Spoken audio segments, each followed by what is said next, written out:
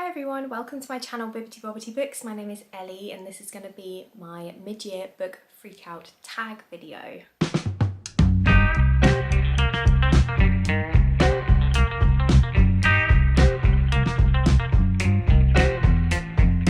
So this is a tag video that I like to do every year. I feel like it's a bit of a booktube staple really. Most people tend to film this video just because it's a really fun way to summarise your reading year so far and to talk about some of the books that you've read. So yeah, that's exactly what I'm going to do today. If you want to play along with me, please do drop your answers down below in the comment section because I'd love to hear what you would choose for each of these prompts.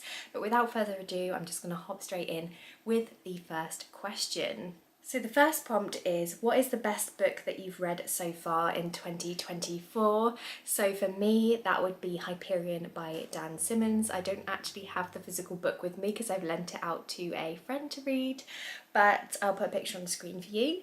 But yes, this is a really fun classic science fiction book and it really took me by surprise. It wasn't anything like what I was expecting going into it.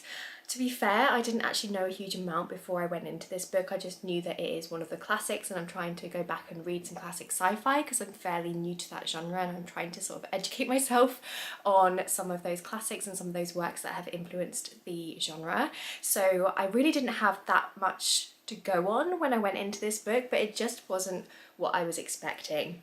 So this book is essentially following 7 pilgrims who are travelling to this planet called Hyperion, which is home to this entity called the Shrike, which is described as part killing machine and part god. And that's kind of all you really need to know going into this one. It's formatted in a really unique way because it's almost like a series of novellas, like 7 short stories, each told from a different perspective. So we're following the perspective of each of the pilgrims and we're finding out a little bit about their background, you know, why they're going on this pilgrimage, why they're interested in the Shrike, and just a little bit more about the world through their perspective. So it's not as intimidating as it looks because it looks like quite a chunky book, but actually it's broken up into several sort of almost short stories, and I just love that because each of the stories feels very different. They have a very different tone. You're finding out about different themes within the world, and there's such a variety of characters within this book. So for example, we've got a priest character, we've got a Jewish father of a young infant, we have a soldier, and we've got a poet, and we've got a female detective, and so they're just very varied and they have very distinct personalities, and each of their sort of sections feels very different in tone. So for example, the detective's perspective has almost like a noir tone to it, and yeah, I just love that, and lots of really interesting themes that you can kind of sink your teeth into. I'll link my video down below where I talk a little bit in more depth about this book if you want to hear some more of my thoughts, because I don't want to take up too much time here. But essentially I really enjoyed this one and I can't wait to continue on with this series.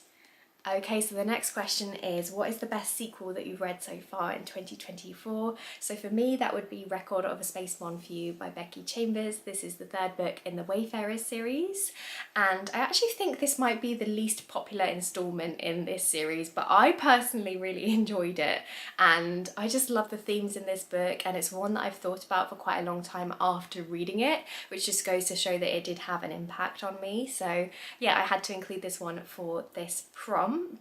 So this book is basically focusing in on a colony of humans that live out in space on these giant spaceships. So it's set in the far-flung future. Earth is no longer habitable, so some humans formed a new colony on Mars and others took to the skies with the mission of trying to find another habitable planet or other intelligent life out there. And now it's been centuries later and they have actually found other life and they've found other planets, and so the fleet of starships is now static. They're no longer travelling and they're just orbiting around this sun, and it's focusing in on the people who live on board this ship, and it's multi-POV, so you're exploring different perspectives, and it just discusses a lot of really interesting themes about community and about identity, you know, what it means to be a human when you found out that there are actually other intelligent life forms out there, and actually humans are pretty primitive in comparison to other species, other aliens. You know, what does that mean to you and your sense of self? You know, what does it mean to these people whose purpose has been to travel the stars to try and find other life and to try and find other habitable planets, but now they've reached their destination, so what is their purpose now? You know, their whole way of life is now being challenged because they've had to live incredibly resourcefully. They have had formed this kind of communist society where everything is shared equally, but that doesn't really fit when they reach their destination and they find out that there's other people out there and that these other aliens use universal credit to pay for things. So how does that work when they've spent their whole sort of lives, or the, you know, this culture has been built on communist values and a communist way of life? And so I don't know, I just feel like this explored some really interesting themes. I love the fact that we had different perspectives in here, different ages and different viewpoints. You know, some of these people really value the way of life that they've built on this spaceship and in this fleet. You know, you've got other people who are younger and they're sort of challenging things and challenging the way of life. Yeah, it's definitely a character-driven story. There isn't really a plot per se in this book, but if you're just interested in, you know, finding out a little bit about this world, finding out about some of those themes, and I just love the way that Becky Chambers describes things as well, because everything is so thought out. So for example, even the structure of these spaceships that these people live on has been thought out. You know, it's been structured in a way that encourages fairness, encourages community, and I really enjoy just finding out about these space vessels and about how they've built this community there and how everything is used. And it kind of, they have almost like a religion here where, you know, when you die your body actually gets turned into compost, and that compost feeds the trees that produce oxygen for the spaceship. So it's kind of like a big cycle, and I just loved finding out about all of those things. So yeah, I really enjoyed this one and just really enjoy this series in general. Would highly recommend Becky Chambers to you if you haven't tried her books already. Okay, so the next question is, what is a new release that you haven't read yet but that you want to? So for this, I'm going to choose The Warm Hands of Ghosts by Catherine Arden. So this is a historical fiction, and the reason why I want to read this book is because I know that I enjoy this author's writing. She wrote one of my favourite fantasy series ever, which is the Winternight trilogy. That is a historical fantasy set in Russia, and I just fell in love with her prose. She has such a way with words. Her writing is so luscious, so atmospheric, and I just really enjoyed her writing in that series. So of course I had to put this one as the answer to this prompt because I'm so excited to read some more of her books. And this one sounds like a really interesting premise as well, because this is a historical fiction. It's set during the First World War, and it follows our main character, who is a nurse, and she is trying to find her brother who was lost in the trenches, presumed dead, despite eerie signs that suggest otherwise. So that premise obviously has me hooked. I'm really intrigued by the paranormal elements within this story, and I'm just so excited to sink my teeth into another Catherine Arden book. Okay, so the next question is, what is your most anticipated release for the second half of the year? So I did actually recently film a video where I talked about some of the books that I'm excited for that are coming out in the second half of 2024. So I'll link that down below if you want to hear a few answers for this question. But there is actually a book that I didn't include on that video that I am excited for, and that is Horror Movie by Paul Tremblay. So this one is coming out in June. It might actually already be released by the time this video goes up actually, which is very exciting. But yes, I forgot to include this one on that video that I filmed, but I am very excited for this one because I read A Head Full of Ghosts by Paul Tremblay last year, and it's actually one of the best horror books that I've read for a while. I really enjoyed that book, so I'm very excited to read more from this author. I know he has quite a big backlist, so I do want to go back and read some of his earlier works, but I am also very curious about this one that's coming out because it's his take on the cursed film genre, which is a genre that I think is so fun, and so I'm very excited to see how he takes that on. And yeah, aside from that, I don't know a huge amount about this book, so I'm just going to read you the synopsis. So it says, in June 1993, a group of young filmmakers spent 4 weeks making horror movie, a notorious, disturbing art house horror flick. The weird part? Only 3 of the filmmakers' scenes were ever released to the public, but horror movie has nevertheless grown a rapid fan base. 3 decades later, Hollywood is pushing for a big budget reboot. The man who played the Thin Kid is the only surviving cast member. He remembers all too well the secrets buried within the original screenplay, the bizarre events of the filming, and the dangerous crossed lines on set that resulted in tragedy. As memories flood back in, the boundaries between reality and film, past and present, start to blur. But he's going to help remake the film, even if it means navigating a world of cynical producers, egomaniacal directors, and surreal fan conventions. Demons of the past be damned. Doesn't that sound fantastic? I'm so excited to get my hands on that one and maybe pick it up this spooky season. Okay, so the next question is, what was your biggest disappointment so far? So for me, that would be The Child Thief by Brom. I had such high hopes for this book because I read Krampus by Brom last year and it was one of my favourite books that I read last year. I really enjoyed that one. I loved Brom's artwork, I loved his writing style, and I loved how dark that story was and how unique it was. But this one just didn't work for me, unfortunately. I will actually go ahead and link my review video down below so that you can hear a little bit more of my thoughts, because I don't want to spend too long in this video on this one. But yeah, I really thought I'd love this because I tend to enjoy dark fairy tale retellings, so when I saw that this was a Peter Pan retelling, I thought I was going to be all over it, but it just didn't work for me. But I'm not going to let this put me off the rest of Brom's books because I've heard some fantastic things about some of his other works, in particular Slewfoot, which is one that I'm hoping to pick up this autumn. So we're just gonna brush past this one and just hope that it was a bit of a blip and that I will enjoy his other books, because like I said before, I did really enjoy Krampus, so we shall see. The next question is, what was your biggest surprise so far? And for me, I'm going to choose Wilding Hall by Elizabeth Hand. This is a book, a horror novella that I've recently read and I really enjoyed it. And the reason why I'm including it for this prompt is because I haven't really heard that many people talking about this book. I went into it without very high expectations. I'm not generally a lover of short stories. I tend to prefer books that are a bit longer, something that I can sink into a bit more and spend a bit more time with. So I'm always a little bit cautious when I go into novellas, but I actually ended up really enjoying this one. So it really surprised me in a very positive way. So in this book, we follow a folk band in the 70s who basically go to this English manor house to get away from everything so that they can write their second album. And when they're there, weird things start happening, and it all leads up to the disappearance of one of the band members.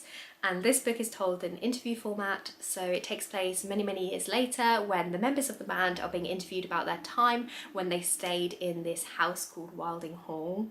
And so throughout the story, you're kind of trying to piece together the narrative, you're trying to figure out what happened when this band stayed in this house and what happened to the band member that eventually went missing. And it just was so fun. I feel like these characters felt very real, and the dialogue was fantastic, the writing was great, there was some really eerie descriptions within this book. I would describe this as a quiet horror. I wouldn't recommend this to you if you like really loud horrors, if that makes sense, because you don't have really big horrific scenes in this book. It's more just a general sense of unease and a sense of like weirdness and eeriness throughout this book. But I really loved it, and I just thought it was just such a fun little book, so I highly recommend this to you if you think any of that sounds interesting. Okay, so the next question is, who is your favourite new author? And that can be a debut or a new author to you. So for me, I am going to choose N.K. Jemisin just because I read the 5th season this year and it's the first book of theirs that I've read, and I was so impressed with their writing in this book. It was such a unique story and a unique way of telling the story, and so I'm super impressed, super intrigued to read more from this author. And yeah, so that's the one that I'm going to choose for this prompt. If you haven't heard of this before, it's a fantasy story. It's the first in a fantasy series, a trilogy, and it takes place on this planet which is ravaged by these storms. And so the people who live on this planet have had to adapt. They've had to try and survive after each of these storms, which are called seasons. Because every time one happens, basically everything is destroyed and they have to build from the rubble again. And in this world, there's also a group of heavily oppressed people called Origines, and they have the magical ability to manipulate the earth, so they can do things like quell earthquakes, but they can also kind of shift rocks, and they can cause volcanic eruptions, and they can just manipulate the earth. And you might think that that would be a really useful skill to have on this planet which is ravaged by these storms, but actually these Origines are very unpredictable. They're very dangerous because if you don't have good control over your powers, then you can accidentally cause huge disasters. You can cause massive earthquakes. You can accidentally kill your friends and families because you lose, you have a feud and you lose your sense of control, and you might accidentally, draw all the heat from someone and cause them to freeze to death. So these Origines are very, very dangerous, and so when they're detected, they're often killed off. So often a lot of children that start to show signs of being an Origine are killed, which is very sad. But if any of these children show the ability to control their power, or some ability to obey basically and to be controlled, then they are taken off to this place where they can hone their craft. And those people are basically trained up and are used by the people who have a lot of political power in this world for various reasons. And yeah, I feel like that's all you really need to know going into this one. It does have a very unique way of telling the story because one of the perspectives is told in second person. So it's told literally like, you do this and you are going to do that. And so that's something that I feel like you might like or you might not like. It's a make it or break it thing, I think. For me, I found it a little bit strange in the beginning, but I did get used to it the more that I read, and I really enjoyed the reason why the author chose to present that narrative in that way. It does have a big payoff towards the end. So yeah, I just thought it was such a unique story, such a unique setting, such a unique way of telling the narrative.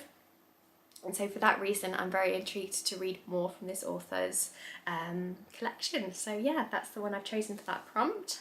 The next question is, who is your new fictional crush? So I don't really tend to crush on characters in books. I don't really tend to read sort of romance books or things that have too much romance in these days. So I don't really have many books to go on for this prompt. But the one that I'm going to choose is Emily Wilde's Map of the Other Lands by Heather Fawcett. This is a fantasy book, the second in a series, and I really enjoy the character of Bumblebee in this book. So in this story we follow Emily Wilde. She is a scholar and she is studying fae and fairies, and her colleague is a man called Bumblebee. And what's really fun in these books is the fact that they are kind of opposites really. Emily is very much a recluse, she's socially awkward, she struggles with people, and Bumblebee is incredibly outgoing and loud and bubbly and charismatic, and so they're very different and they butt heads a lot, but in a really fun way, and they have such a fun dynamic, and I really enjoy that about these stories. So yeah, I just love their chemistry in these books, and so I'm going to choose Bumblebee for this prompt. The next question is, who is your newest favourite character? I struggled with this one for some reason. I don't know why, there just hasn't really been that many characters that have really stood out to me. But the one that I'm going to choose is Tress from Tress of the Emerald Sea by Brandon Sanderson. So this is a really fun standalone book. Brandon Sanderson based this off of The Princess Bride. He took a lot of inspiration from that movie, and you can definitely feel that in the tone of this book because it's quite tongue-in-cheek, it's quite silly, and it's just quite fun and whimsical, which is a style of writing that you don't expect to see from Brandon Sanderson, or at least I didn't expect to see that from him. But yeah, I really enjoyed this book. It's a story that follows our main character Tress, who is just a normal girl really, and she lives on this island. She washes windows and she ends up forming a friendship with the prince of her island, and the two of them start to develop a blossoming romance, but the Lord doesn't really like this, and so he sends the prince off to go and seek a more suitable wife from someone else. And when the prince is off on his voyage to find a wife, he ends up getting captured by an evil sorceress, and so Tress takes it upon herself to go and rescue him. And yeah, it's a fairly sort of standard fairy tale like setup for the story, but of course this is a Brandon Sanderson book, so the world isn't what you expect. It's much more interesting. So in this world, the sea isn't made up of water, it's actually made up of spores. So Tress's island is surrounded by this emerald sea of spores, and it's actually really dangerous because as soon as the spores come into contact with water, they erupt into these big plants and big vines, and so it's very, very dangerous to sail across these seas. But Tress, of course, goes after the man that she loves, and I just love that she sort of found herself during this voyage, and I just loved how she's just a normal girl. She likes collecting cups and she's not particularly brilliant, but she succeeds because she's so resourceful and because she's so determined and because she thinks things through as well. She makes plans, she doesn't just do silly things, and I just love that about her. I just found her character to be so charming, and I just really enjoyed watching her develop through this book and her learn things about herself and develop new skills. And I don't know, I just found this book really charming and I enjoyed her as a character. Okay, so the next question is, what is a book that made you cry? So for that, I'm going to choose How High We Go in the Dark by Sequoia Nagamastu. This is such a sad book.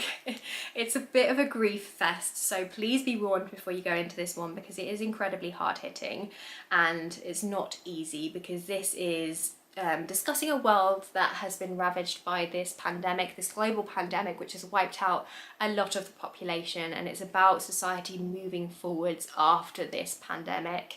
And so there's lots and lots of themes of grief, of loss, of missed opportunities, and I found this quite hard to get through. I had to keep putting it down because it's just so heavy, and there were quite a few stories in here that made me tear up. And you know, it's very dark, and when I say dark, I mean dark. Like, one of the characters in this book is working at a euthanasia theme park for children. Like, that is so dark. And one of the stories in here that got to me the most actually was a story about a pig, which might be a bit surprising, but it's a pig that has been reared as a donor. So in this world there's this virus that's gone around and it causes people's organs to slowly shut down. So of course transplantation is a big thing in here. Those who can afford it obviously want to get transplants so that they can prolong their life, and so there are these pigs that are being reared so that they can use their hearts as transplants. And we follow this pig who is in captivity, and what makes it so sad is that this pig can actually speak. So it's been genetically altered so that it has a human's voice box, and so you can hear its thoughts, it can communicate with you, and it's just so tragic. I just found that a really sad story. So yeah, this was a very unique book. It's a series of short stories that are all interconnected in some way, and it does have a little bit of a science fiction element or twist to it that kind of comes together at the end. I appreciate that the author took a risk with this book, but I personally didn't enjoy it that much.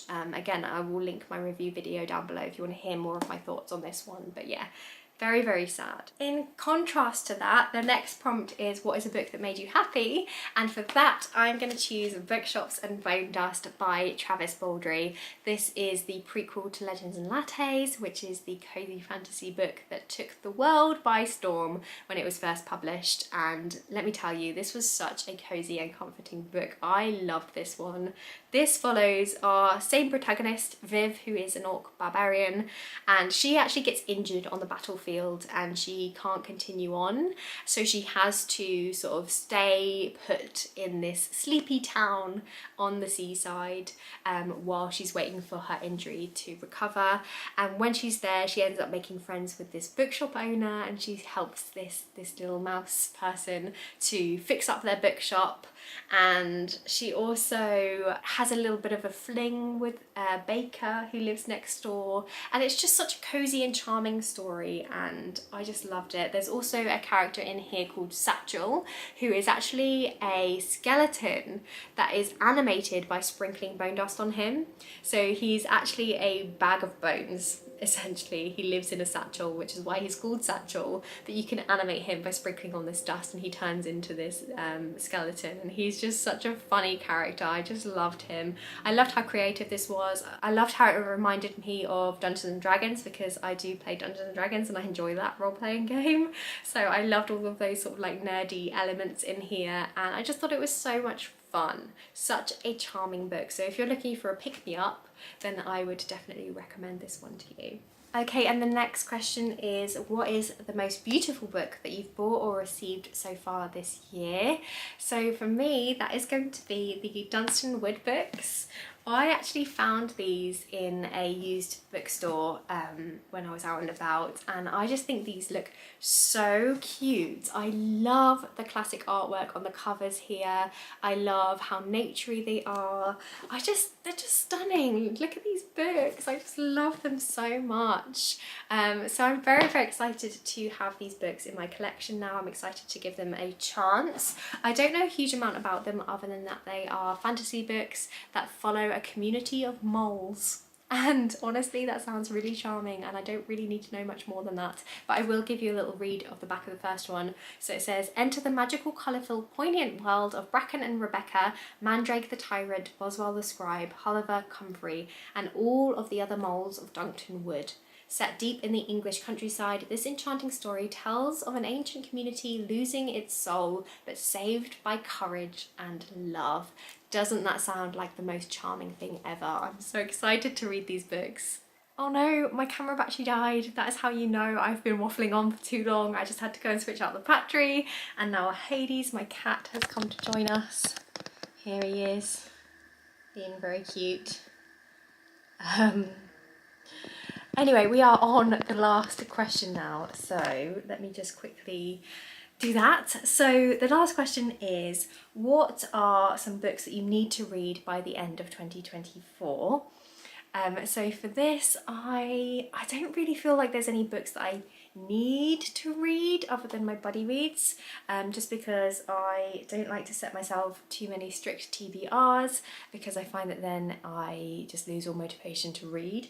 So I tend to be a mood reader. I tend to keep things quite relaxed with my reading, but I do have some buddy reads coming up. So the first one is Assassin's Quest by Robin Hobb. This is the third book in the Farseer trilogy, and I'm due to buddy read this with my friend John and also Nikhil. I will link both of their channels down below if you want to head on over and support them. But yeah, I'm very excited to get to this final book in Robin Hobb's first trilogy, because I really, really enjoyed the first two. I'm also going to be doing another buddy read with John, which is going to be Pet Sematary by Stephen King. This is the classic horror book. A lot of people really, really love this one, and I'm very excited to get to this one because I've got a bit of a mixed opinion about Stephen King. I haven't had a great track record with his books.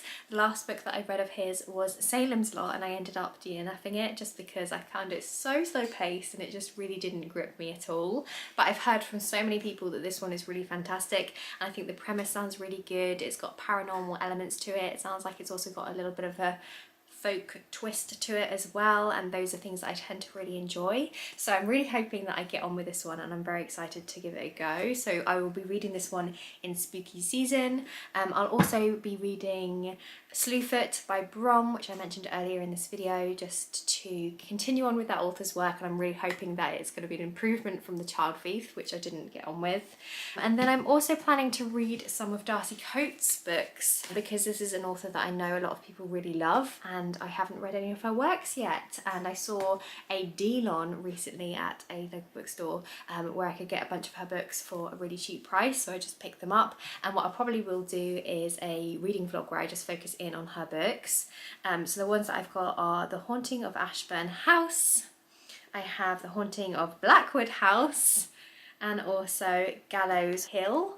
So it sounds like all of these are haunted house type stories, so it might be quite interesting to read all of these and see which is going to be my favourite, what's going to work for me, and I'm excited.